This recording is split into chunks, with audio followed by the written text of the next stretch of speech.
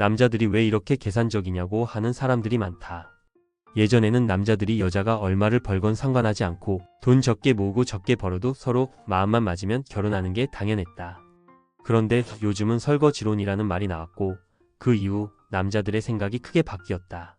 남자들이 그제서야 알게 된 거다. 한국 여자들 중엔 조건을 보고 결혼하는 사람들이 엄청 많다는 걸. 그러면서 남자들도 점점 계산적으로 변하기 시작한 거다. 요즘 보면 주변 30대 초중반 커플들이 깨지는 경우가 많다. 남자들 얘기를 들어보면 그 이유는 여자가 돈이 없어서라는 경우가 많더라. 남자들이 이제 결혼할 때 더 신중해졌다.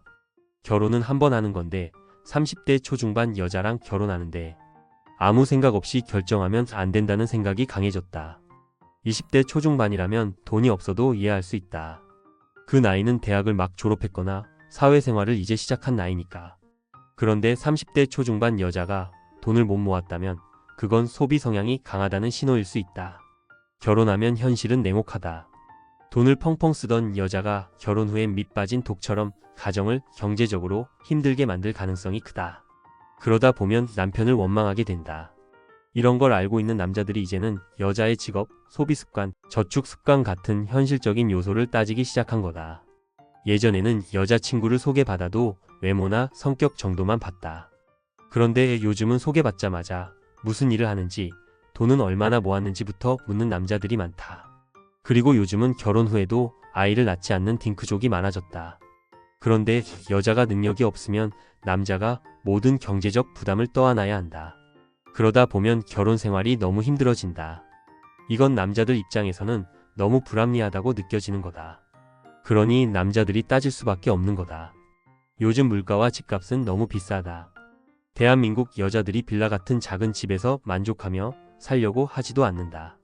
그러니 결혼을 하려면 더 많은 것을 요구하게 된다. 사실 남자들은 예전에도 사랑 하나만으로 결혼할 준비가 되어 있었다. 그런데 이런 문화를 바꾼 건 여자들 자신이다.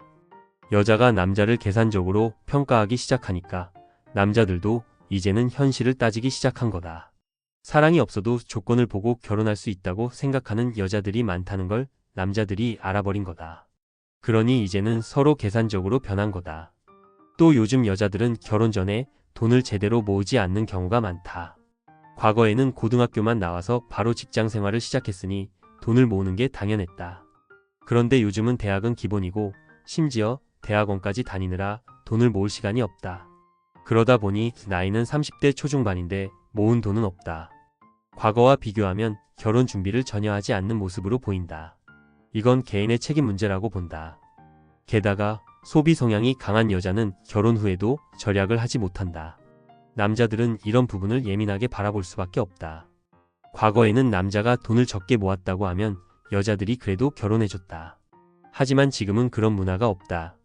지금 30대 여자가 결혼하려면 나이, 외모, 직업, 저축 습관 중 최소한 하나라도 확실히 갖춰야 한다. 그래야 남자들이 결혼을 고려할 수 있다. 결국 결혼은 서로에게 현실적인 가치를 따지게 되는 관계가 되어버렸다. 요즘 남자들이 국제 결혼을 선택하는 것도 같은 이유다. 더 젊고 예쁘고 개념 있고 현실적인 여성을 찾으려는 거다.